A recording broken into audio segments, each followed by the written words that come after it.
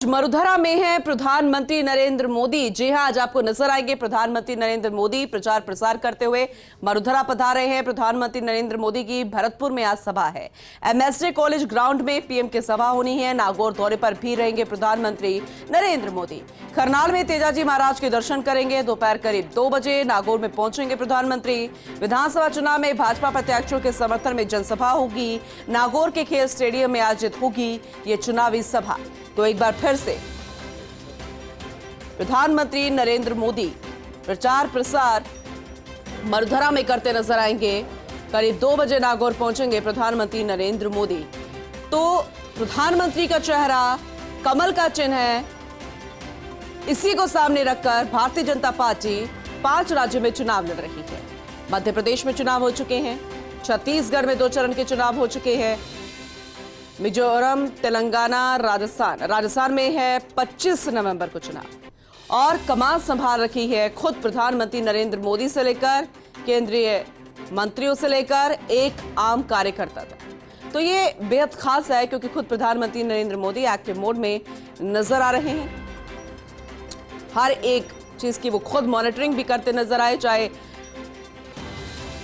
BJP candidates को उतारने की बात हो मैदान में या फिर किसी भी तरह की कोई भी रिपोर्ट जब वहां से सामने आती थी या सियासी नब्ज तोड़ने की बात आती थी, सियासी समीकरण की बात आती थी। और एक बार फिर से मरुधरा पधार रहे हैं प्रधानमंत्री नरेंद्र मोदी। वरिष्ठ के ऐश्वर्य प्रधान हमारे साथ जुड़ चुके हैं। ज्यादा जानकारी के लिए उनका रुख करते हैं। ऐश्वर्य, एक बार फिर से मरुधरा का रुख, क्योंकि वक्त बेहद कम है और इस बात को प्रधानमंत्री भी बखूबी समझते हैं। उन्हीं का चेहरा है, कमल का निशान है और उसी को सामने रखकर भारतीय जनता पार्टी चुनाव लड़ रही है। आज का दिन कितना खास रहेगा बीजेपी के लिए? देखिए, भरतपुर में प्रधानमंत्री नरेंद्र मोदी का आना यानी भरतपुर संभाग को पूरे को फोकस करना और भरतपुर में प्रधानमंत्री मोदी का आना, उसी के साथ भरतपुर की जो प्रकृति है, भरतपुर की जनता की प्रकृति है, उसे प्रधानमंत्री मोदी जानते हैं। मेवाड़ और मारवाड़ से अलहदा प्रकृति वहां के लोगों की है। वहां के लोगों का स्वभाव है वो थोड़ा सा वहां से अलग है। भरतपुर संभाग के लोग थोड़ा सा अग्रेसिव भी होते हैं।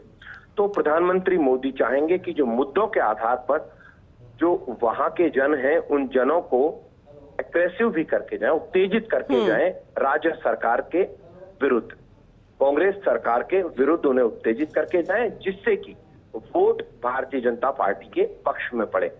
जो मुद्दे होंगे वो पेपर लीक मुद्दा, कानून व्यवस्था का मुद्दा, आपराधिक मुद्दे, दुष्कर्म का मुद्दा और जो नाबालिग बच्चियों के साथ दुष्कर्म जैसी घटनाएं होती है उनके मुद्दे, इस तरीके के मुद्दे उठाए जा सकते हैं।